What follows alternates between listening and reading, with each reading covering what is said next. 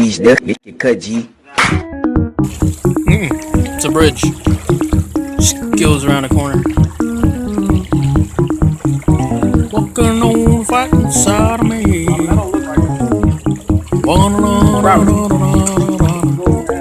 It don't. It don't go down. It goes down. No, it don't. It do go down. Oh! I like video games. No. I mean, it's obvious. The first video game I ever played was Super Mario World on my Game Boy Advance. So, I seen some of the shifts in gaming. The graphics evolution.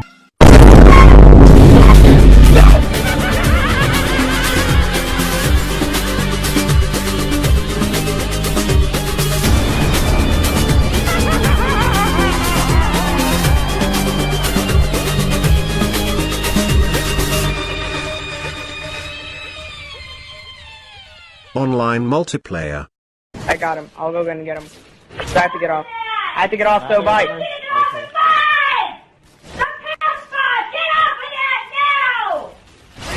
Okay, I'm getting off. Okay.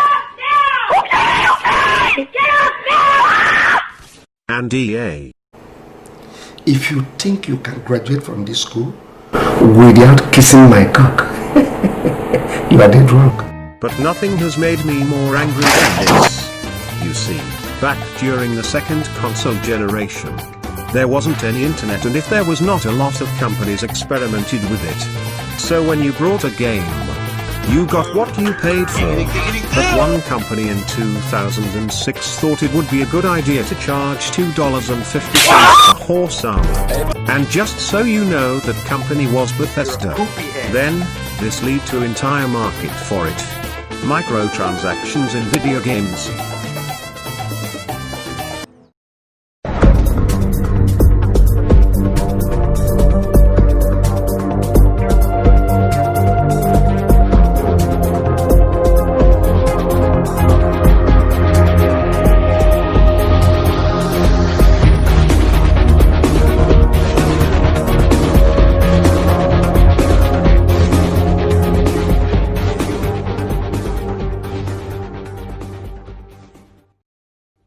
In some games, players are given the option to pay for special items, DLC, or to skip cooldown timers.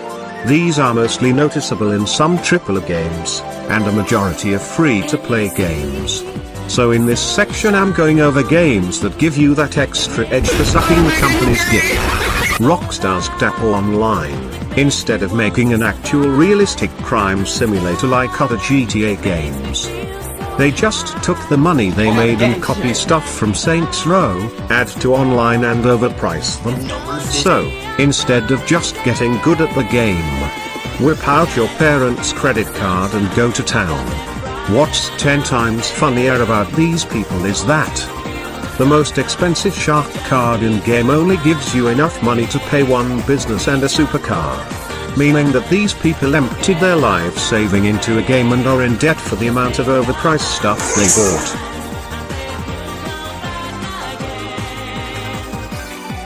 EA's Need for Speed World. This was a free-to-play game made by Black Box in 2010. To be honest, I actually remember playing this game off of Wild Target. Now, this game is the prime example of how to kill your game through microtransactions and not listening to your fan base. First, Black Box thought it was a good idea to add very expensive elite cars in an already pay-to-win system.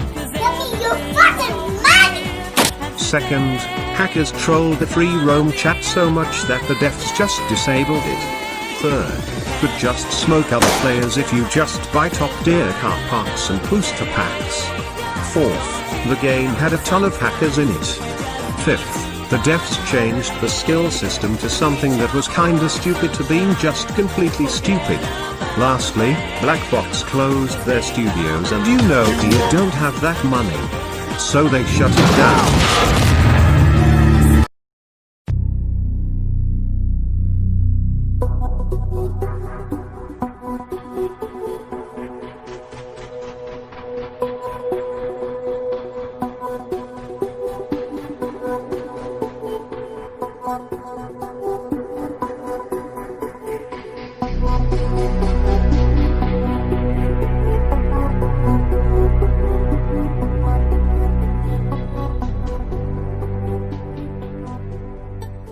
Loot boxes are the bane of existence in the gaming world. Almost any game made by Take-Two and EA has these. Sports games are most common with this. Now, tell me something. You buy WWE 2K for wrestling. Right, stay with me. You buy NBA 2K to play basketball, right? Stay with me. I ain't losing you, right? You buy FIFA for soccer, right? Okay, so firstly, why do you play the same game every year? Second, what does buying a card pack to get a certain character at complete randomness that might be trash have to do with playing basketball? I mean, come on, have you guys seen what happened to 2K's My Team mode? That game was a legit casino simulator with a basketball minigame. Then, you have Star Wars Battlefront 2. Oh boy, firstly DICE said the game wouldn't have any microtransactions and the DLC would be free. Then, the open beta came and players learned really fast that the player progression was based off of the loot crate system, which you had to spend in-game credits on. Then, the game released. It didn't take very long for people to realize what EA was pulling. You see, with the amount of credit the player received each game, players realized that it would take an entire week to have to unlock one character. But this story has a happy ending. Do you consider loot boxes to be an ethical feature of your games? Kerry? Well, first, we don't call them loot boxes. I think that was whatever term you wish to apply to them. Do you consider them ethical? So what we look at as surprise mechanics. Do me a favor. Shut the fuck up.